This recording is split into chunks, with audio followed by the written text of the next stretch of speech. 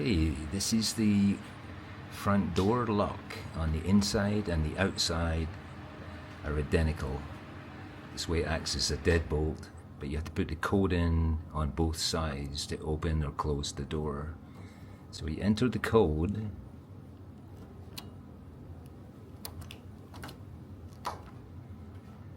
and then that lets you unlock the door. Again, enter the code,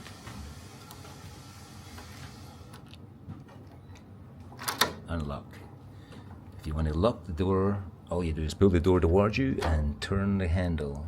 There's no need to enter any codes. Now again, if you want to exit, it's locked, so you have to enter the code. Turn the knob to the left. Door now opens.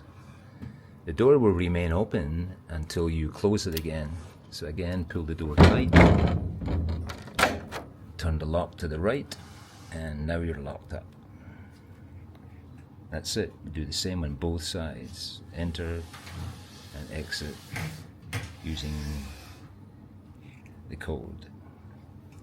There are also no batteries in these units. They're strictly mechanical, so nothing is prone to failure.